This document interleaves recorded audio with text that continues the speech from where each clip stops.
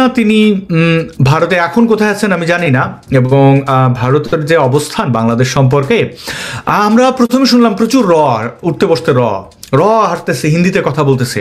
আবার এটাও কিন্তু প্র্যাকটিক্যাল যে বাংলাদেশে কয়েক লক্ষ বিহারিরা আটকে আছেন, তাদের ভাষা হিন্দি, তারা হিন্দিতে কথা বলেন।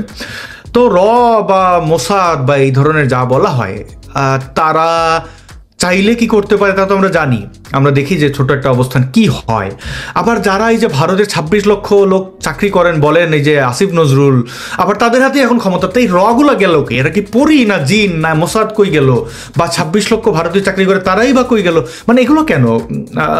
মানে দুইটাই প্রশ্ন। তারা যদি না থাকে তাহলে তো এটাই স্পষ্ট যে যারা বলেছে আছে তারা কিসের ভিত্তিতে বলেছে, আর যদি তারা থাকে তাহলে তারা তো চাইলে শেখ হাসিনাকে ঠেকাইতে পারতো। কোনোটাই হইল না কেন?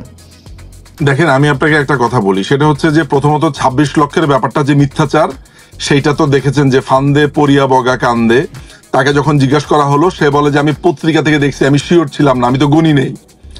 তো এই লোকটা এই লোকটা যে একটা মৃত্যু, সে শোনেন, যখন তার এই আসিফ নজরুলের এই মিথ্যাচার, তার এই রং পাল্টানো গিরগিটি, আসাদ ভাই আপনি জানেন না, সে একসময় ঘাতক দলের নির্মূল কমিটির ছিল। জানার ইমাম তাকে অনেক গবেষণার কাগজপত্র দিয়েছে, সেগুলো সে মেরে দিয়ে সে পালিয়ে গেছে। তো সেই সময় এরশাদুল বাড়ির মাধ্যমে সে পিএইচডি করতে গেছে, তাদের কাছ থেকে ফান্ড পেয়ে সে পুরা হোল আপনার যে আন্দোলন সেটার সাথে বিট্রে করেছে। এগুলো তো আমার কথা না। আমি একমত নিজুম ভাই, আমি একমত। কারণ ঘাতক দলের নির্মূল কমিটির একজন শীর্ষ পর্যায়ের ব্যক্তিত্ব, আমি নাম উল্লেখ করছি না নিরাপত্তার কারণে, ব্যক্তির প্রাইভেসি অবশ্যই আমাদের রক্ষা করেছে। তো আমি নাম বলছি না, কিন্তু আমি এই ব্যাপারটি খুব ডিটেইলে জেনেছি। মানে আগে শুনতাম, বুঝতাম যে উনি লিখেছেন, উনি বলছেন, কিন্তু আমি এটা ঠিক আমি সেই ব্যক্তির কাছে চেনার জন্য আমি ওর একটা বই, আপনার দুইটা বই পড়তে বলবো। একটা হচ্ছে ক্যাম্পাসের যুবক, যেটা সে অন্যতম বাংলাদেশের 90 দশকের অন্যতম সন্ত্রাসী আমরা ডিটেইলে যাবো না নিজুম ভাই, ঠিক আছে। আপনি দর্শক বন্ধুদের জন্য আরেকটা বই আছে, 71-এর ঘাতক দালাল এবং জাহান ইমাম প্রসঙ্গ। সেই জায়গাতে এই লোকটা 1973 সালের যে আইন, আপনার এই যে রাজাকারদের জন্য বা আন্তর্জাতিক অপরাধের জন্য যে আইন, সেটার যে প্রশংসা করেছে ভাই, সেখানে সে কত কথা বলেছে। অথচ দেখেন, রাজাকারদের বিচার শুরু হওয়ার পরে যখন সে জামাতের সাথে তার সখ্যতা বাড়লো, তখন সে বলা শুরু করলো এই বিচার স্বচ্ছ না, নিরপেক্ষ না, এই আইন চেঞ্জ করতে হবে। একই লোক, দুই রকমের কথা। আমি তাকে নিয়ে একটা লেখাও লিখেছিলাম যে এক রং পাল্টানো গিরগিটি, আসিফ নজরুল এক রং পাল্টানো গিরগিটি, যেটা নিয়ে আমি শীঘ্রই একটা ভিডিও বানাবো। সুতরাং এই লোক আমরা দেখেছি, আমরা দর্শক বন্ধুদের মধ্যে অনেকেই তো এখন তো আর জানেনি এই জেনারেশনে বই পড়ার ক্ষেত্রে কতটা অনীহা। যাই হোক, বইয়ের উদাহরণ না দিলে তার একদম জলজ্জান্ত টাটকা যে উদাহরণ, এগুলো শুনে তো বোধ হয় জেন জিরা বলবে ওই মামা না প্লিজ, যে তিনি বঙ্গবন্ধুর প্রশংসা, শেখ হাসিনার প্রশংসা, আবার সেই মানুষটাই 14ই আগস্ট কি বক্তব্য দিয়েছেন। আসলে দেখেন, আমার মনে হয় সোশ্যাল মিডিয়া অ্যাক্টিভিস্ট হিসেবে, আমি তো দেশে থাকি না, আমি দেখি মানুষের মধ্যে যারা আন্দোলনের সাথে প্রোলি অ্যাক্টিভ ছিলেন, তাদের মধ্যে এই আসিফ নজরুলদের কথাবার্তা, বঙ্গবন্ধুকে অপমান অপদস্থ করা, মুছে দেওয়ার যে চেষ্টা, আমরা স্বাধীনতার সপক্ষের শক্তিরা রাজাকারদেরই মুছে দিতে পারেনি। আর আওয়ামী লীগকে মুছে দেওয়াটা, এটা মনে করি যে বালখিল্য আচরণ, এটা সম্ভব না। যে কারণে আমার এত জিজ্ঞাসার জায়গাগুলো। নিজুম মজুমদার, আপনি এটা ঠিক বলেছেন যে আমি আপনাকে এই জায়গাতে এই পয়েন্টে একটা কথা বলি। আপনি তো আওয়ামী লীগের অনেক সমালোচনা করেন না? হ্যাঁ, আমাদের লাগবে না। আওয়ামী লীগকে কেউ মুছে দিতে আসলে আমি 100% শিওর আপনিই লড়বেন। আপনি আওয়ামী লীগকে ভালোবেসে লড়বেন না, আপনি যেই কারণে লড়বেন কথা বলার স্বাধীনতার জন্য, তাই তো? সুতরাং আওয়ামী লীগ, মানে যারা আওয়ামী লীগকে সমালোচনা করে, তারাও আওয়ামী লীগকে এইভাবে করতে দিবে না, বা বন্ধ হতে দিবে না, বা তাদেরকে শেষ করে যেতে দিবে না। সুতরাং আমরা এই কারণেই ভয় পাই না যে প্রত্যেকটা ফ্যামিলিতে, বাংলাদেশের প্রত্যেকটা ফ্যামিলিতে আমরা মনে করি কোথাও না কোথাও একটা পরিবার, একটা বিশাল পরিবারের ভেতরে কোথাও না কোথাও বাংলাদেশের মুক্তিযুদ্ধের চেতনা আছে, জাগ্রত আছে, এবং আওয়ামী লীগের বীজ সেখানে সন্নিবেশিত আছে বলে আমরা অন্ততপক্ষে বিশ্বাস করি।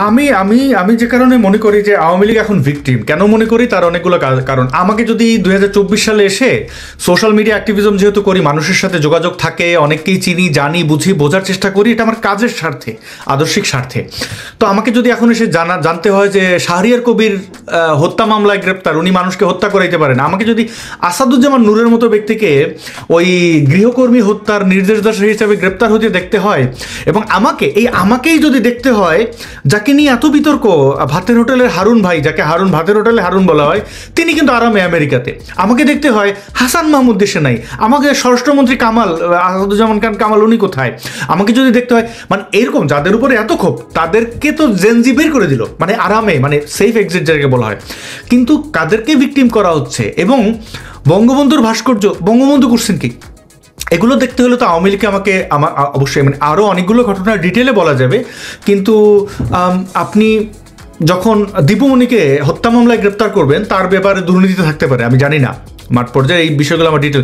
কিন্তু আমাদের যদি এই সময় এসে সবাইকে, আমি শব্দটা এখানে আর উচ্চারণ করলাম না, কিন্তু বোকাশোকা মনে করে এই ইউনূস সরকার, তাহলে তো এর চেয়ে আর দুঃখজনক কিছু থাকতে পারে না। করেছে আদালতে নিশ্চয়ই দেখেছেন, আমি সবই দেখেছি, কিন্তু এই জিনিসগুলো দেখার পরে যদি আমাকে বুঝতে হয় যে আমি কি বোকা, বা আমরা কি বোকা, এতটাই বোকা, আমি ভয় ওকার দিয়ে আমি এটা আর বললাম না, মানে যে আমরা কি মানে ঘাস খাই, আর ঘাস খেলেও ঘাস যে প্রাণীগুলো খায় তাদের কি বুদ্ধি নাই? তো এই জিনিসগুলো দেখে আমি খুব আমার হাসিও পায়, জানি না এই ভিডিওর এই অংশটুকু বোধহয় একটা সময় ইতিহাস হবে, যে ডক্টর মোহাম্মদ ইউনূসের সরকারদের, তাদের যে দাম্ভিকতা দেখছি, এটার আসলে কি হবে, তাদের সাথে যে এই আচরণটা হবে না, তারা যে নজির স্থাপন করছে।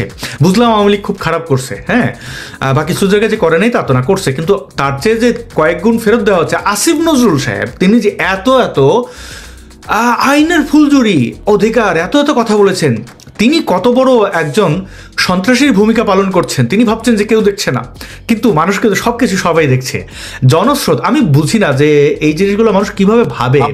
যেমন চিন্তা করেন, আমরা যদি আমি যাচ্ছি আপনার ট্রাইব্যুনালটা কথা একটু ভেবে দেখেন। আমি জানি, এবং রাজাকারের বাচ্চা, মানে আমি এটাকে কখনোই সেন্সর করি না। রাজাকারের বাচ্চাকে রাজাকারের বাচ্চা বলতে আমি দুইবার, তো বলতে কি, আমি রাজাকারদের এদের ব্যাপারে অস্ত্র ধরতে আমি দুইবার ভাববো না, হ্যাঁ, এই জন্য আমি মুক্তিযুদ্ধ করতে রাজি আছি। তো রাজাকারের বাচ্চা, সাইদির বাচ্চা এসে বলতেছে সে মানে এই ট্রাইব্যুনাল নিয়ে কথা বলতেছে, আন্তর্জাতিক অপরাধ আদালত নিয়ে যে এবার খেলা হবে আর কি। তা সে বুঝাইতেছে রাজাকারদের যেভাবে ফাঁসি দেওয়া হয়েছে সেইভাবে সে ওইখানে মুক্তিযোদ্ধাদের ফাঁসি দেবে, মানে মনে করে যে বাংলাদেশের মানুষ ধৈঞ্চা। যাই হোক, সেই বিষয়ে যাচ্ছি না। হজরত পিনাকি ভট্টাচার্য, মানে হজরত হচ্ছে, আমি এটা কোনো ধর্মের বিশেষণ ব্যবহার করছি না, এটা হচ্ছে সম্মান করে তাকে বলছি। পিনাকি ভট্টাচার্য বেশ কান্নাকাটি করছেন, তিনি ভাবছিলেন অনেক কিছু হবেন, তো তার যে অবস্থা সেটা না হয়ে হইল আর কি। তার তো দুঃখের শেষ নাই, এরকম দুঃখ আমরা অনেকেই করতে দেখি। আলটিমেট পিনাকি ভট্টাচার্যকে আমি নির্দেশদাতা হিসাবে অনেক জায়গায় অপরাধী দেখি। আমি জানি যে তিনি যে দেশে থাকেন, তার এই গণহত্যা বা মানুষের উপর সহিংসতা ছড়িয়ে দেওয়া, ভিন্ন ধর্ম ভিন্ন বর্ণের মানুষের বিরুদ্ধে সংখ্যাগুরু সন্ত্রাসীদের লেলিয়ে দেওয়ার কারণে তাকে ওখান থেকে ডিপোর্ট করা যায়।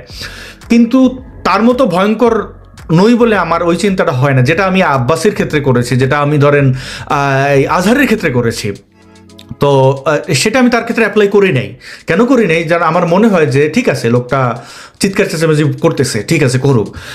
বাংলাদেশে অবস্থানরত যাদের হাতে ক্ষমতা, মানে যারা মনে করেন আফসোস উপদেষ্টা নয় আর কি, মনে মনে উপদেষ্টা কিন্তু কাজে না, পিনাকি ভট্টাচার্যের মতো নন যারা আর কি, যাদের আসলেই উপদেষ্টা হয়েছেন আর কি কাগজে কলমে, তাদের একটা নীরব নয়, একদম সরব ব্যর্থতা।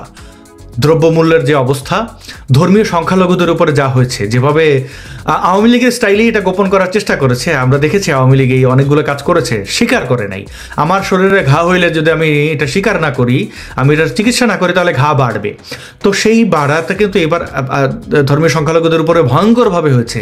আমি অতীতের আওয়ামী লীগের আমলে যত ধরনের ধর্মীয় সংখ্যালঘুদের উপরে নির্যাতন নিপীড়ন, এগুলো আমি কভার করার চেষ্টা করেছি।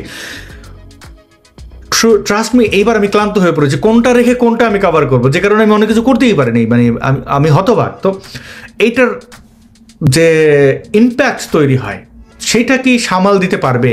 আপনার কি মনে হয়? মানে প্রশ্নটা অনেক জটিল। আপনি ওভারঅল যদি এই আফসোস উপদেষ্টা এবং একই স্টাইলে দমন নিপীড়নের যে চেষ্টা, এটার ফলাফল কি দেখেন? আমি আপনাকে বলি, আপনারা যেভাবে ডক্টর ইউনূসকে আপনারা যেভাবে বিবেচনা করেন, আমার বিবেচনার জায়গাটা একটু ভিন্ন। বিকজ আমরা তো ধরেন একটু ভেতরে কাজ করি, আমি ব্যক্তিগতভাবে আপনার মতোই আজকে থেকে বছরখানেক আগে বা 2 বছর আগে হয়তো আপনার মতোই আমি দেখতে পারতাম যে তিনি সামাজিক ব্যবসা করেছেন, তিনি এইটা করেছেন সেইটা করেছেন। আমি যখন থেকে তার দুর্নীতির তথ্যগুলো কাজ করা শুরু করলাম, দুর্নীতি নিয়ে কাজ করা শুরু করলাম, গ্রামীণ ব্যাংকে আমার তখন যাতায়াত ছিল। সো এখনো আমি তাদের ডকুমেন্টস গুলো যখন আমি কাজ করছি এগুলো নিয়ে, তার দুর্নীতিগুলোকে যখন এখন আমরা কাজ করে যাচ্ছি, সামনে এগুলো খুব শীঘ্রই প্রকাশিত হবে। সো তখন আমি জানি যে এই লোকটি ভয়ঙ্কর পরিমাণ একটা ধূর্ত লোক। আপনার কোনো ধারণাই নাই সারা পৃথিবীতে এই লোকের কত টাকা বিনিয়োগ করা আছে। শুধু ফ্রান্সেই এই লোকের বিনিয়োগ আছে প্রায় $2.5 বিলিয়ন। আমি আপনাকে এই কথাটা দায়িত্ব নিয়ে বলছি। বাংলাদেশ থেকে কয়দিন আগে সে তার ট্যাক্স মওকুফ করালো। এই টাকাটা কিন্তু বাংলাদেশ সরকার পেত, কোনো ব্যক্তি পেত না। গ্রামীণ ব্যাংক কর দিলে সেই করটা কিন্তু পেত হচ্ছে কে? এই দেশের মানুষ পেত।